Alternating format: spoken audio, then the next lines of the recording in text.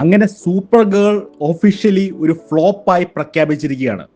പക്ഷെ സർപ്രൈസിങ് കാര്യം ഇത് ഫ്ലോപ്പായെന്നുള്ളതല്ല, ഇത് എത്രമാത്രം ഫ്ലോപ്പായെന്നുള്ളതാണ് സർപ്രൈസിങ്. നമുക്ക് മോർബിയസ് ഒന്ന് എടുത്തു നോക്കാം. മോർബിയസിന്റെ വേൾഡ് വൈഡ് കളക്ഷൻ $167 million ആയിരുന്നു.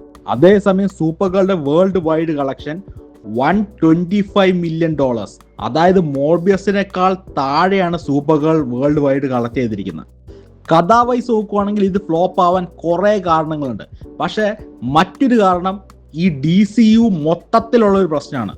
സൂപ്പർ ഗേൾ പോലത്തെ ഒരു മൂവി DCUവിൻ്റെ സെക്കൻഡ് മൂവിയായിട്ട് ഒരു കാലത്ത് വരാൻ പാടില്ലായിരുന്നു.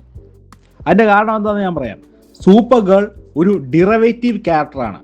ഡിറവേറ്റീവ് ക്യാരക്ടേഴ്സ് എന്ന് വെച്ചാൽ ഒരു മെയിൻ ക്യാരക്ടറിന്റെ അഡ്ജസന്റ് ആയിട്ട് വരുന്ന ക്യാരക്ടേഴ്സ്. ഫോർ എക്സാമ്പിൾ ബാറ്റ്മാന് ബാറ്റ് ഗേൾ ഉണ്ട്, അയൺമാന് വാർ മെഷീൻ ഉണ്ട്.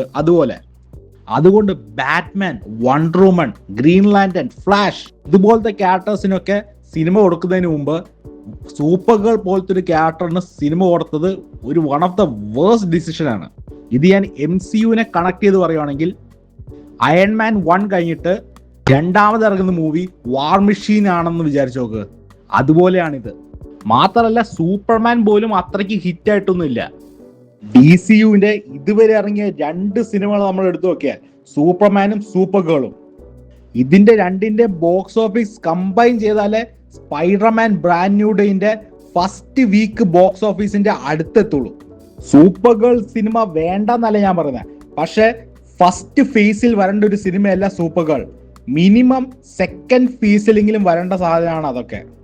നേരത്തെ പറഞ്ഞ പോലെ Batman, Wonder woman, flash, green lantern ഇതുപോലത്തെ ക്യാരക്ടേഴ്സിന്റെ ഒക്കെ സിനിമകൾ വന്നു കഴിഞ്ഞിട്ട് സൂപ്പർ ഗേളിനെ കുറിച്ച് പരിഗണിക്കാൻ പോലും പറ്റുള്ളൂ. ഇപ്പൊ മാർവൽ ചെയ്ത് നോക്ക്.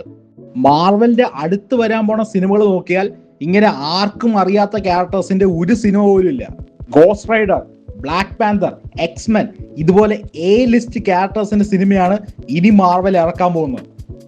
ഇനി നമ്മൾ DCനെ നോക്കുകയാണെങ്കിൽ DCന്റെ അടുത്ത് ഇറങ്ങാൻ പോണ സിനിമ ക്ലേ ഫേസ് ആണ്. ബാറ്റ്മാന്റെയും വണ്ടർ വുമന്റെയും കാസ്റ്റിംഗ് പോലും തുടങ്ങിയിട്ടില്ല. അതേസമയം മാർവൽ ആണെങ്കിൽ എക്സ്മാനെയും ഗോസ്റ്റ് റൈഡറിനെയും ബ്ലാക്ക് പാന്തറിനെ ഒക്കെ കാസ്റ്റ് ചെയ്ത് കഴിഞ്ഞു. ഇങ്ങനെ പോവുകയാണെങ്കിൽ ഈ DCUവിനും അധികം ആയുസൊന്നും ഇല്ലെന്നാണ് എനിക്ക് തോന്നുന്നത്. വീഡിയോ ഇഷ്ടപ്പെട്ടെങ്കിൽ ലൈക്ക് ചെയ്യുക, സബ്സ്ക്രൈബ് ചെയ്യുക, അഭിപ്രായങ്ങൾ കമന്റ് ചെയ്യുക. അടുത്ത തവണ കാണുന്നവരെ പീസ്.